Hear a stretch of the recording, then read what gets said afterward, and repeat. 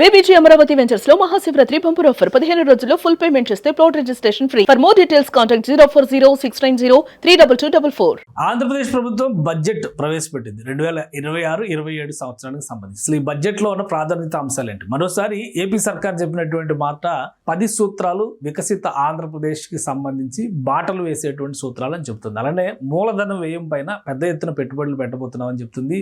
పోలవరం, అమరావతి ఇటువంటి ప్రాజెక్ట్స్కి అసలు ఏమేం కేటాయింపులు చేశారో రాష్ట్ర ప్రభుత్వం ఏం చెప్తుంది ఒకసారి చూద్దాం. పదే పదే ఈ వికసిత భారత్ అనేటువంటి చర్చ దేశవ్యాప్తంగా జరుగుతుంది. అదే తరహాలో స్వర్ణాంధ్రప్రదేశ్ 2047 విజన్ డాక్యుమెంట్ రాష్ట్ర ప్రభుత్వం పదే పదే చెప్తుంది. దానికి తగ్గట్టుగానే ప్లానింగ్ చేస్తాం. రాబోయే రోజుల్లో 17.5 రెట్లు పెరుగుదల ఆంధ్రప్రదేశ్ ఎకానమీలో రాబోతుందని చెప్పని చంద్రబాబు నాయుడు గారి ఆధ్వర్యంలో ఉన్నటువంటి కూటమి ప్రభుత్వం చెప్తుంది. అలానే బడ్జెట్లో ప్రవేశపెట్టినటువంటి అంశాల్లో ఈ 10 గైడింగ్ ప్రిన్సిపల్స్ ఏంటి అనేది కూడా మనం ఒకసారి చూద్దాం. ఇది స్వర్ణాంధ్రప్రదేశ్ 2047కి 10 గైడింగ్ ప్రిన్సిపల్స్ అని చెప్పి గత బడ్జెట్లో కూడా దీనిపైన చర్చించారు. ఇప్పుడు ఇంకొంచెం ఎలాబరేట్ చేశారు. దాన్ని వెల్దీ, హెల్దీ, హ్యాపీ ఆంధ్రప్రదేశ్ రావాలంటే ఈ 10 సూత్రాలు చాలా ముఖ్యం అని చెప్తున్నారు. ఆ 10 సూత్రాలు ఏంటి? ఒకటి, జీరో పావర్టీ, అంటే P4 ద్వారా జీరో పావర్టీకి వెళ్ళడం. 2, population management and human resource management, అంటే జనాభా నియంత్రణ లేదా నిర్వహణ. ఈ 2 కూడా డిఫరెంట్గా మాట్లాడుతున్నారు. దాంతోపాటు హ్యూమన్ రిసోర్సెస్ డెవలప్మెంట్, అంటే మనకి స్కిల్స్ డెవలప్ చేయడము, ఎడ్యుకేషన్ రంగంలో పురోగమించే విధంగా చూడడం. అది ఇక్కడ ఇంపార్టెంట్. ఇలా skilling and employment,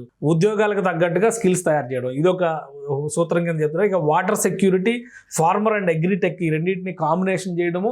global best logistics ఆంధ్రప్రదేశ్కి వచ్చేలాగా ప్రయత్నించడము. Cost optimisation, energy and fuel, ముఖ్యంగా ఎనర్జీ సెక్టార్లో చాలా రిఫార్మ్స్ గురించి ఆంధ్రప్రదేశ్ ప్రభుత్వం మాట్లాడుతుంది. అది కూడా చాలా ముఖ్యమైనది. అలానే ప్రోడక్ట్ పర్ఫెక్షన్, దాంతోపాటు Swachhandhra, deep tech, all walks of life, ఇది చెప్పింది గత బడ్జెట్లో కూడా రాష్ట్ర ప్రభుత్వం. ఇప్పుడు దాన్ని మరొకసారి రీట్రేట్ చేస్తూ చెప్పినటువంటి అంశాలు ఇక్కడ పారామీటర్స్ను కూడా డిసైడ్ చేసింది. ఈ స్టేట్మెంట్లో పాపులేషన్ ఇప్పుడు 5.3 crores ఉంది. 2047కి 5.8 crores అవుతుందని చెప్పని అంచనా వేస్తున్నారు. అంటే పెరుగుదల రేటు తగ్గించుకునే పరిస్థితే ఉంది ప్రస్తుతానికి. లైఫ్ ఎక్స్పెక్టెన్సీ 70 ఏళ్ళు ఉంది. రాబోయేటువంటి రోజుల్లో 85 ఏళ్ళకి పెరగాలని చూస్తున్నారు. అర్బన్ పాపులేషన్ ప్రస్తుతం 36% మాత్రమే ఉంది. ఇది 60% ఇంక్రీజ్ అవుతుంది అన్నారు. లిటరసీ రేట్ ప్రస్తుతం 72% ఉంది. 100% చేసే దిశగా అడుగులు వేయాలని ఆంధ్రప్రదేశ్ ప్రభుత్వం భావిస్తుంది. ఇక female labour force participation rate 45.8% ఉంది. రాబోయే రోజుల్లో 80% కంటే పైన ఉండే విధంగా ప్రణాళిక చేయాలని చెప్పని రాష్ట్ర ప్రభుత్వం భావిస్తుంది. ఇక అన్ఎంప్లాయ్మెంట్ రేటు 4.1 ఉంది. దాన్ని 2% కంటే తక్కువకు తీసుకురావాలని చూస్తుంది. జిఎస్డిపి 17.6 crores ఉంది. దాన్ని 308 crores తీసుకురావాలని చెప్పని 308 lakh crores అనమాట, లక్షల కోట్లకు తీసుకురావాలని ఆలోచిస్తుంది. ఇక జిఎస్డిపి పర్ క్యాపిటా 3.28 lakhs కనిపిస్తుంది. అది 54.6 lakhs పెంచాలనేటువంటి ఆలోచన. జిఎస్డిపి గ్రోత్ రేటు 10.75 ఉంది.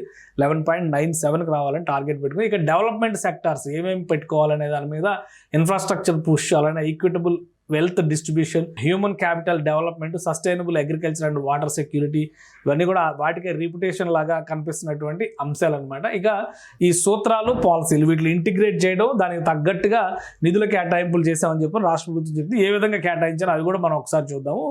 ఇది ఎనర్జీ సెక్టార్కి 13,934 కోట్ల రూపాయలు కేటాయించారు ఈసారి బడ్జెట్లో. Logistics and connectivity, roads, ports, airports, వీటికి 13,546 కోట్ల రూపాయలు కేటాయించారు. అమరావతికి ప్రాజెక్టుకి సంబంధించి 6,000 కోట్ల రూపాయలు కాదు, కేవలం 6,000 అంటే 6,000 లాజిస్టిక్స్ డెవలప్మెంట్, ఇన్ఫ్రాస్ట్రక్చర్ డెవలప్మెంట్ పైన ఇన్వెస్ట్ చేస్తారు. ఇది అవి కాకుండా ప్రాజెక్ట్ వైజ్ శాంక్షన్స్, వాటికి తీసుకునే గ్రాంట్లు కానీ, బడ్జెట్లు కానీ, లోన్లు కానీ, అవన్నీ వేరే కేటగిరీ ఉంటాయి. కానీ ఈ బడ్జెట్లో ప్రభుత్వం డైరెక్ట్గా స్ట్రైట్ అవే ఇస్తున్నది 6,000 కోట్లు మాత్రమే.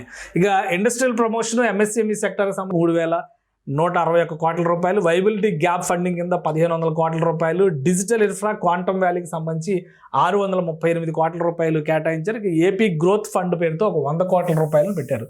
సో దీన్ని భవిష్యత్తులో ఏ విధంగా ఉపయోగిస్తారనేది కూడా ఒక ఆసక్తికరమైనటువంటి అంశం. ఇక ఈ పాలసీలో ఈక్విటబుల్ వెల్త్ డిస్ట్రిబ్యూషన్ అనేటువంటి దానిలో చూస్తే కనుక వెల్త్ అంటే వెల్ఫేర్ స్కీమ్స్ అన్నింటినీ తీసుకొచ్చారు. బంగారు కుటుంబాలు, P4 ఇవన్నీ ఉన్నాయి.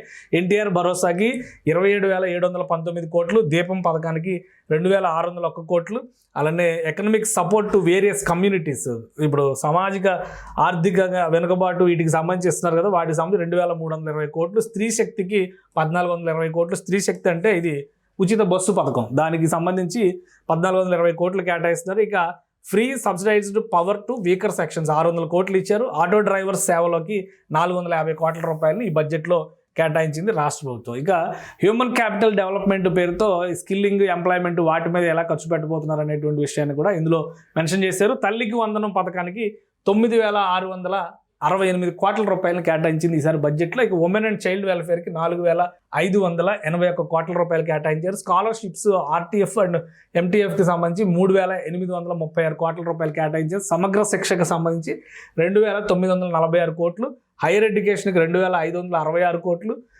Dokka Seethamma mid day meal దానికి 2,161 కోట్ల రూపాయలు కేటాయించారు. మనబడి మన భవిష్యత్తు క్యాపిటల్ వర్క్స్ అంటే స్కూల్స్ని రీమోడలింగ్ చేసేటువంటి ప్రాసెస్ మొదలుపెట్టారు. అందులో భాగంగా చూస్తే 1,500 కోట్ల రూపాయలు దానికి కేటాయించారు.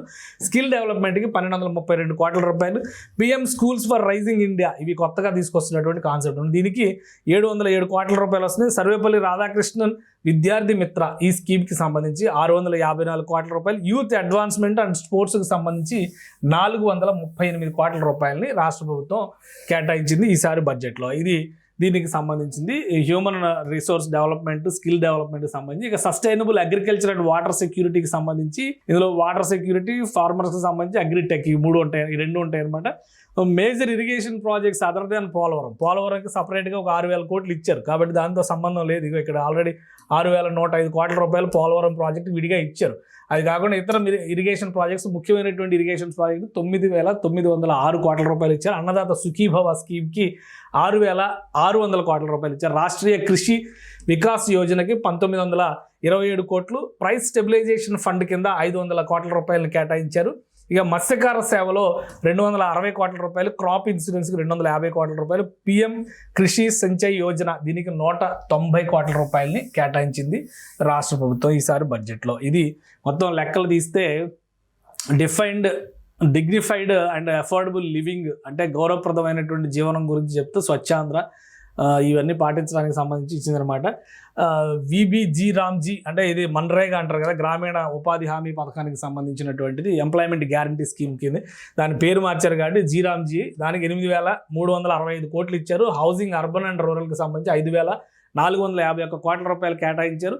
నందమూరి తారక రామారావు వైద్య సేవ ట్రస్ట్ అంటే హెల్త్ స్కీమ్ చెప్పారు కదా, దానికి 4,000 కోట్లు. జల్ జీవన్ మిషన్కి ఒక 4,000 కోట్ల రూపాయలు. ఫ్లెక్సిబుల్ పూల్ అంటే రీప్రొడక్టివ్ అండ్ చైల్డ్ గ్రోత్కి సంబంధించి 2,114 కోట్లు, 144 కోట్లు. స్వచ్ఛ భారత్ మిషన్కి 1,037 కోట్లు. నేషనల్ లైవ్లీహుడ్ మిషన్కి సంబంధించి 955 కోట్లు. ప్రధానమంత్రి ఆయుష్మాన్ భారత్ హెల్త్ స్కీమ్ ఇది కాంప్రహెన్సివ్ హెల్త్ స్కీమ్ అని ఒకటి తీసుకొచ్చారు. దానికి 838 కోట్ల రూపాయలని కేటాయించారు. ఇది వెల్ బీయింగ్నెస్ గురించి, మన లైవ్లీహుడ్ గ్రో అవడం గురించి. ఇక మేజర్ ఇనిషియేటివ్స్ రాయలసీమ ఇది కూడా చాలా ఇంట్రెస్టింగ్ ఫ్యాక్ట్స్ని ఇందులో అనౌన్స్ చేశారు. ఇందులో ఒక 10 పాయింట్లు ఉన్నాయి. ఒకసారి చూస్తే రాయలసీమ గ్లోబల్ హార్టికల్చరల్ హబ్ అని చెప్పి అనౌన్స్ చేశారు. దీనికేమో 30,000 కోట్ల రూపాయల వరకు కేటాయిస్తామని చెప్పి అన్నారు. అక్కడ పూర్తి స్థాయిలో పళ్ళ ప్రాంతాలని పెంపొందించడం, వాటిని దేశవ్యాప్తంగా ఎగుమతి చేసే విధంగా ఇన్ఫ్రాస్ట్రక్చర్ డెవలప్. ఇక city based economic regions announce చేశారు. విశాఖపట్నం కేంద్రంగా ఒక రీజియన్, అమరావతి కేంద్రంగా మరొక రీజియన్, తిరుపతి కేంద్రంగా మరొక రీజియన్. సో వాటికి కూడా ఫండింగ్ చేస్తారు. విబిజీ రామ్జీకి ఫండింగ్ ఇచ్చారు. AP wealth fund, free power to weavers, infrastructure push to schools and hostels, TREDDS implementation and PSEs benefiting MSMEs. తర్వాత క్వాంటమ్ కంప్యూటింగ్, క్వాంటమ్ టెక్నాలజీ దానికి కూడా ఒక స్పెషల్ ప్రయారిటీ ఇచ్చింది రాష్ట్ర ప్రభుత్వం. ఇక free bus scheme for disabled men, 3,000 in new policy vehicles ఇవన్నీ కూడా అనౌన్స్ చేశారు. సో మొత్తం మీద బడ్జెట్ని ఈసారి వికసిత ఆంధ్రప్రదేశ్ సాధన దిశగా తీసుకెళ్తున్నటువంటి బడ్జెట్ అని రాష్ట్ర ప్రభుత్వం చెప్తుంది. వివిధ శాఖల కేటాయింపులు అలానే వెల్ఫేర్ని, అభివృద్ధిని రెండింటిని బ్యాలెన్స్ చేస్తూ భవిష్యత్తుకి అనుగుణంగా ఇది రూపొందించామని చెప్పని చెప్తుంది. 10 మూల సూత్రాలని ఈ బడ్జెట్లో కూడా ప్రభుత్వం ప్రతిపాదించింది. ఆ ప్రతిపాదనలను కొనసాగించింది. దానికి తగ్గట్టుగా అలాట్మెంట్స్ చేసామని చెప్పని చెబుతుంది. ఇక అమరావతి, పోలవరం లాంటి ప్రాజెక్టులకి ఇవన్నీ కూడా క్యాపిటల్ ఇన్ఫ్రాస్ట్రక్చర్ ప్రాజెక్టుల కింద వస్తాయి కాబట్టి వాటికి ప్రత్యేక ప్రాధాన్యాలు ఇచ్చినట్టుగా రాష్ట్ర ప్రభుత్వం చెబుతుంది.